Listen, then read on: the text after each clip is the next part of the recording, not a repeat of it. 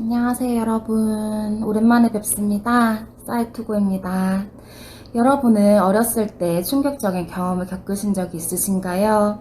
AC라고도 하는 아동기 부정적 경험은 어린 시절에 충격적으로 발생하여 성장에 따라 정서적으로 부정적인 영향을 미치는 사건으로 정의됩니다. 이러한 사건에는 학대와 방치를 비롯하여 심각한 질병, 부상, 괴롭힘 등과 같은 다른 종류의 아동기 외상이 포함됩니다. 그리고 성장 후에는 몇 년이 지난 후에도 A씨에는 여전히 정신건강에 부정적인 영향을 미칠 수도 있습니다. 따라서 우리는 어린 시절의 트라우마의 징후를 인식하는 것이 중요합니다. 이 영상에서 살펴볼 8가지 징후는 아직 해결되지 못한 어린 시절의 트라우마와 맞서 싸우고 있다는 징후입니다. 첫 번째, 죄책감에 시달립니다. 어린 시절의 경험은 자신과 주변 세계를 바라보는 방식을 형성하게 됩니다. 따라서 어렸을 때 학대, 방치, 가정폭력과 같은 충격적인 경험을 한 적이 있다면 판단을 왜곡시키고 정서적 안녕에 부정적인 영향을 미칠 수 있습니다. 해결되지 않은 트라우마는 설명할 수 없는 불합리한 느낌으로 극심한 죄책감, 수치심, 후회로 나타날 수 있습니다. 두 번째, 이유 없이 불안해합니다. 항상 초조하고 불안을 느끼지만 왜 그런지 모르시나요? 자주 심박수 상승과 심한 발한, 근육 긴장 또는 떨림을 경험하시나요? 이는 모두 불안의 일반적인 증상입니다.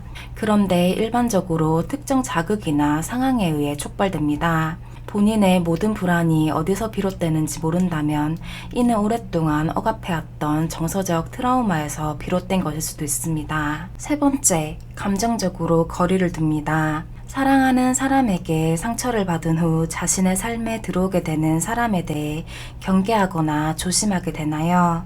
다른 사람들은 비탄을 떨쳐버리고 다시 시도하는 법을 배우지만 극심한 비극이나 정서적 고통을 겪는 사람들은 트라우마를 다루는 것보다 거리를 두는 것이 더 쉽다고 판단하게 됩니다.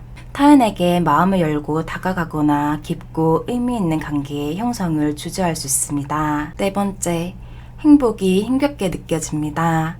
충격적인 경험 때문에 과거를 버리고 앞으로 향하는 일이 힘들 수 있습니다. 긍정적인 변화를 받아들이지 못하고 부정과 자기 파괴의 덫에 빠지게 됩니다. 행복은 많은 고통을 겪은 사람에겐 무섭고 낯설게 느껴질 수 있습니다. 다섯 번째, 자기 혐오에 시달립니다. 많은 사람들에게 자기 연민은 쉽게 일어나지 않습니다. 그런데 어린 나이에 트라우마를 경험한 사람들에게는 과거의 경험을 통해 행복할 자격이 없다고 생각할 수 있습니다. 그래서 자신의 부정적인 생각에 귀를 기울이고 성공 가능성을 방해받게 됩니다. 여섯 번째, 스스로를 무너뜨립니다. 자신이 통제할 수 없는 모든 일에 대해 자신을 비난하시나요? 어린 시절의 트라우마의 영향은 자존감에 부정적 영향을 미친다는 것입니다. 아동기 부정적 경험의 피해자는 자신에게 해로운 생각과 행동을 많이 하는 경향이 있습니다.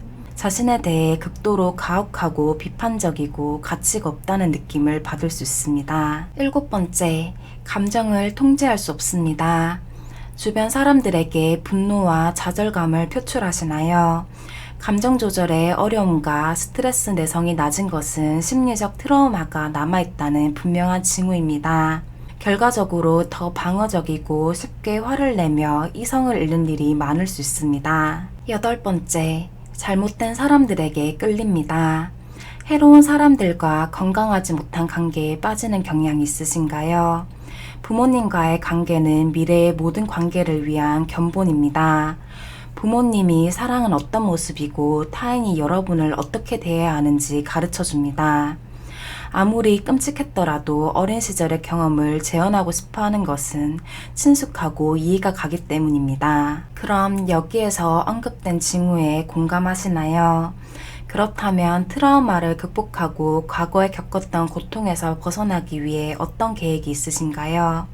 아래 댓글에 남겨주시기 바랍니다. 언제나처럼 시청해주셔서 감사합니다. 곧 찾아뵙겠습니다.